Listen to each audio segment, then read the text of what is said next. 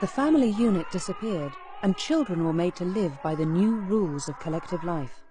The individual was nothing more than a cog in a big machine.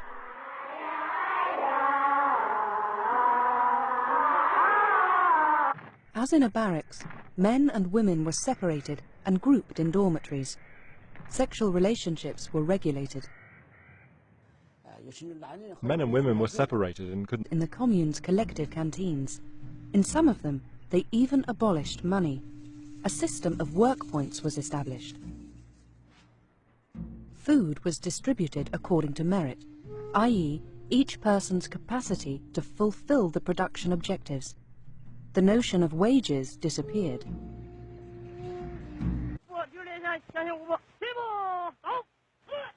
Kill! Kill! The party cadres became the officers of the people's communes, which were transformed into real barracks. Every day, the peasants underwent military training because the masses had to be mobilized for the national defense.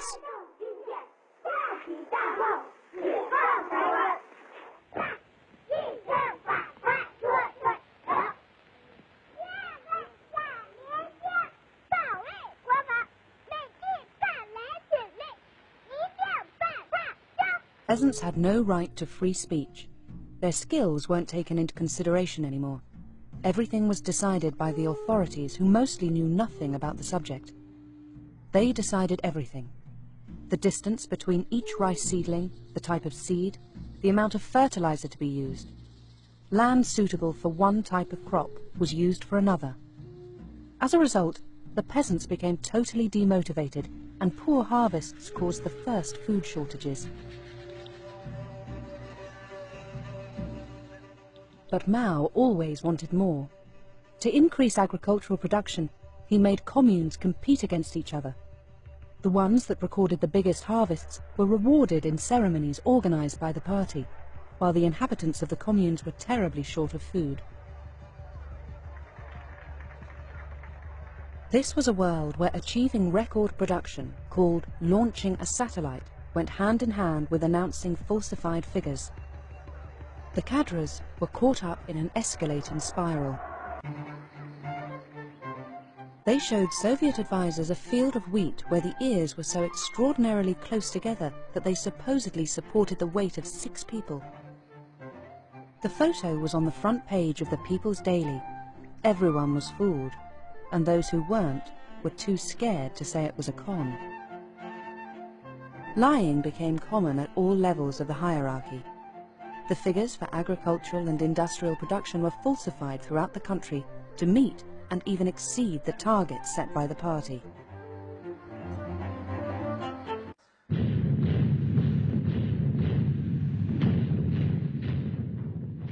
As a consequence of these exaggerations, the tax paid in grain by the communes was calculated on a false basis.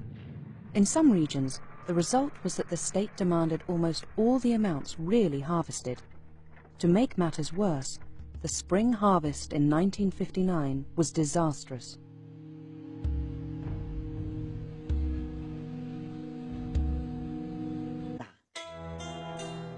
The famous debt was the one that China had contracted with the USSR for the purchase of hundreds of factories that were delivered ready for use. Beijing undertook to repay Moscow in the form of agricultural produce.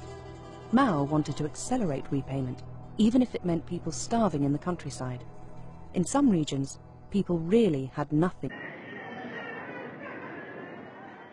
In other provinces, the shortage of food gave the cadres who distributed it the power of life or death over the inhabitants of the commune.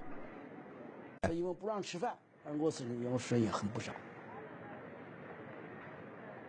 exchange for 2 miserable loaves of bread, she killed herself soon afterwards.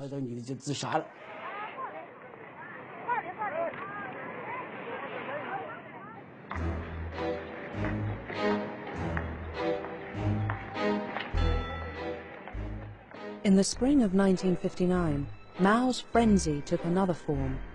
The great helmsman demanded 100 million tons of steel in the next 3 years.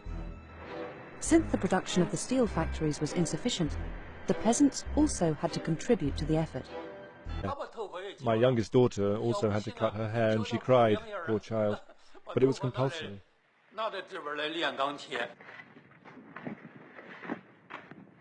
On doors, everything was melted down, and all the press rejoiced. The population was used in an absurd way. Anyone did anything. Society as a whole fell into a sort of indescribable madness. Actually, China started producing millions and millions of tons of steel. In reality, all that came out of these foundries was an unusable metal. These small blast furnaces worked day and night and mobilized tens of millions of peasants for nothing.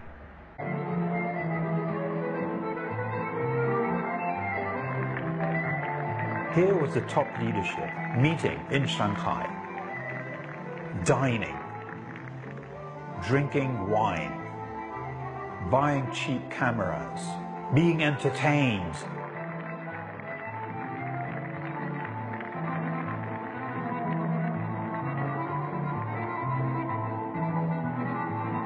The idea that Mao somehow didn't realize that there was mass famine in the countryside is a myth. It's a complete myth.